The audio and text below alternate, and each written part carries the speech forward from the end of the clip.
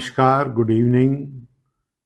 I'm back with another episode of glycemic control, glycemic matrix. Diabetes वालों को अपनी sugar को कैसे काबू में रख के खाने को एंजॉय करना है।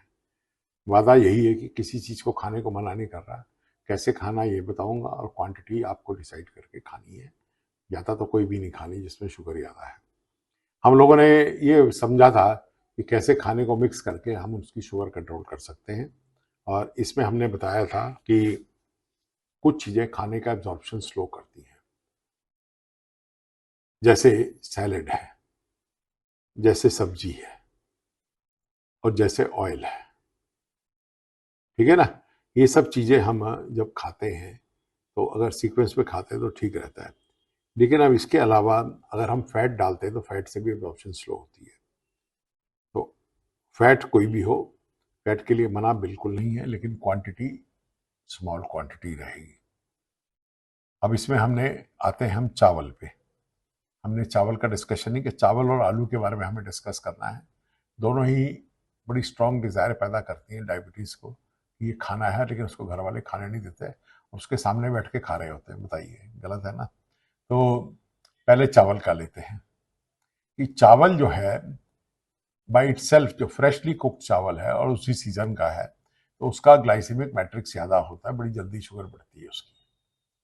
लेकिन यही चावल जब आप बना के उसको ठंडा करके रखते हैं और फिर उसको रीहीट करते हैं या राइस फ्राइड बनाते हैं उसमें कुछ मिला के, तो शुगर उतनी नहीं बढ़ेगी। ठीक है। राइस को बनाया, ठंडा किया, उसको फिर रीहीट किया। ज़्यादातर रेस्टोरेंट्स में यही होता है कि फ्राइड राइस जब आप मंगाते हैं तो यही होता है। कोई चावल 10 मिनट में आपको सर्व करता है रेस्टोरेंट में तो वो फ्रेश नहीं होता, वो पहले उसको डन करके रखता है। तो इसलिए रेस्टोरेंट में खाए हुए खाने से शुगर उतनी नहीं बढ़ती जितने घर के ताजे बने चावल से बढ़ती है। लेकिन अब ये घर के ताजे चावल को और आगे समझते हैं कि अगर हम इसमें सेला चावल खाते हैं, सेला चावल में क्या होता है कि हस्क के साथ उसको स्टीम करते हैं और वो एक तरह से हाफ डन हो जाता है, और फिर उसको सुखाते हैं और उसका हस्क उतारते हैं।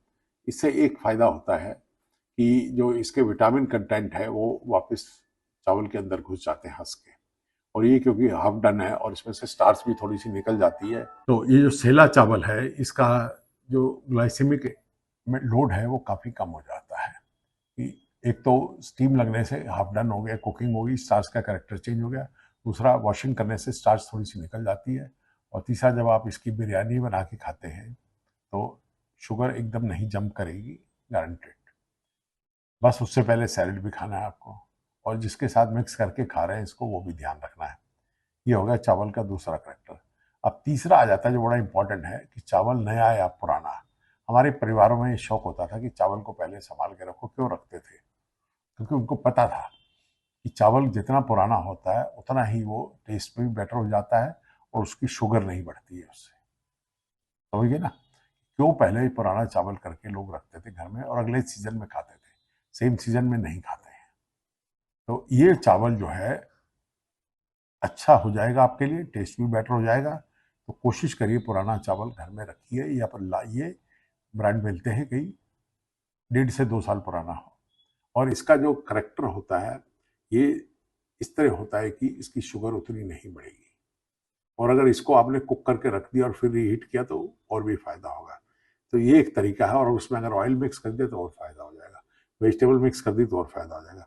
तो इस तरह हमने चावल को कैसे काबू करना है डायबिटीज के लिए, ये हमने थोड़ा सा जाना है। आप ट्राई करके देखिए, डेफिनेटली फायदा लगेगा आपको। जूस के बारे में मैं एक बारी मेंशन कर देता हूँ बीच में कि अक्सर लोग जूस पीते हैं, मैं नहीं पीता। मैं फ्रूट खाना पसंद करता हूँ, चाहे वो मौसमी हो, चाहे वो संतरा हो, चाहे वो सेब हो। जूस हम तब पिएंगे जब हमारे दांत नहीं होंगे, और अभी मेरे दांत सही सलामत है। आपके हैं क्या? क्या आप फ्रूट खाना पसंद करेंगे? धीरे धीरे उसका स्वाद लेंगे। हाँ, फ्रेश जूस आप तब भी लो जब आपको खाली वही मिल रहा है और कोई चॉइस नहीं है आपके पास। और पैक्ड जूस जिसमें शुगर मिली है किसी भी हालत में डायबिटीज को रिकमेंडेड नहीं है, किसी भी हालत में नहीं है। तो बेटर है कि होल फ्रूट है। और फिर हम आ जाते हैं नेक्स्ट आइटम कि मैदे को कैसे खाना है, उसका स्वाद कैसे लेना है, या गेहूं का। अब मैदा भी हाई ग्लाइसेमिक इंडेक्स में आता है और गेहूं भी हाई ग्लाइसेमिक में आता है। तो इसका तरीका यही है कि आप इसको फर्मेंट करें। अगर आप इसको फर्मेंट करेंगे, तभी मैंने एक वीडियो डाला था पहले कि छोले भटूरे खाने से आपकी हड्डियां मजबूत होती हैं। लेकिन वो जो बाजार वाले छोले भटूरे, में उसकी बात नहीं कर रहा।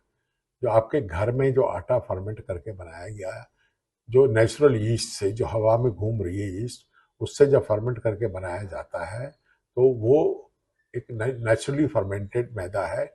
और उसके भटूरे जब आप चनों के साथ खाएंगे, जिसमें ऑयल भी है और चना भी एक लो ग्लाइसेमिक उसमें आता है मैट्रिक्स में, तो अगर आप ये सब कॉम्बिनेशन खाएंगे तो छोले भटूरे आप खा सकते हैं, लेकिन बाजार के मैदे के नहीं। या तो आटे को फर्मेंट करके खाइए या मैदे को फर्मेंट करके खाइए, साथ में उसके सैलेड भी लीजिए, साथ में अचार भी लीजिए। अचार का एक रोल मैंने पहले भी पॉइंट आउट किया, फिर कर रहा हूँ। इसका जो ऑयल प्लस खट्टापन जो है, ये आपका डाइजेशन को स्लो करता है, टेस्ट भी अच्छा देता है। तो अचार हमारे खाने में बिना वजह से नहीं है, इसका एक रोल है। तो ये भटूरे के बारे में हो गया। अब इसी तरह आपको अगर ब्रेड खानी है तो ब्रेड मैं हाईली रिकमेंड करूंगा कि आप जो रेगुलर ब्रेड है, इसको अगर अवॉइड कर सकते हैं तो करिए। चाहे वो वाइट ब्रेड है, चाहे वो ब्राउन ब्रेड है, चाहे वो आटा ब्रेड है। 19-20 का आपको ग्लाइसेमिक इंडेक्स पे फर्क मिलेगा, इससे ज्यादा नहीं होगा। अगर ये आपको वाकई फर्मेंट करना है, फर्मेंट की हुई ब्रेड खानी है, तो वो आपके लिए सावरडो ब्रेड है। सावरडो ब्रेड बनाने में 2 से 3 दिन लग जाते हैं, एक दिन में नहीं बनती है। उसको ज़्यादा भी लग सकते हैं फर्स्ट टाइम अगर किसी एरिया में बन रही हो, क्योंकि जो बैक्टीरिया और जो यीस्ट होती है जो उसको फैलाती है, उसको टाइम लगता है ग्रो करने में। लेकिन एक टेस्ट बहुत अच्छा है, और ये सावरडो ब्रेड है, हाईली रिकमेंडेड ब्रेड है और बहुत सारे लोग खा रहे हैं।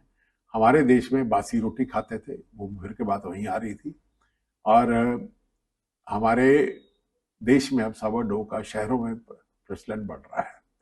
हाँ, जिनको जवान आदमी है, जो मेहनत कर रहे हैं, जिनको एनर्जी एकदम चाहिए, वो चाय के साथ ब्रेड या दूध के साथ ब्रेड ले सकते हैं। लेकिन जो डायबिटिक है उनको मैं रिकमेंड करूंगा कि सावरडो ब्रेड खाए। क्लासिक काफी वैरायटी आती है। मल्टीग्रेन पे मैंने पहले भी एतराज किया कि मल्टीग्रेन तभी खाएं, ऑप्शन नहीं है, क्योंकि एक ग्रेन दूसरे ग्रेन को काटता है। तो क्लासिक गेहूं की बनी हुई सावरडो ब्रेड ये बेस्ट है।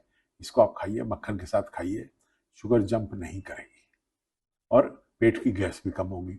और अगर आप इस तरह का खाना रेगुलर खाएंगे तो ये जो हम एंटासिड टाइप की जो चीज़ें लेते हैं, एसिडिटी कम करने की दवाइयाँ लेते हैं, डेफिनेटली उसका यूज़ कम हो जाएगा। आप खुद महसूस करेंगे कि आपके पेट की बर्दाश्त करने की ताकत जो है बेटर हो। तो हाईली रिकमेंड करता हूँ सावरडो ब्रेड यूज़ करिए।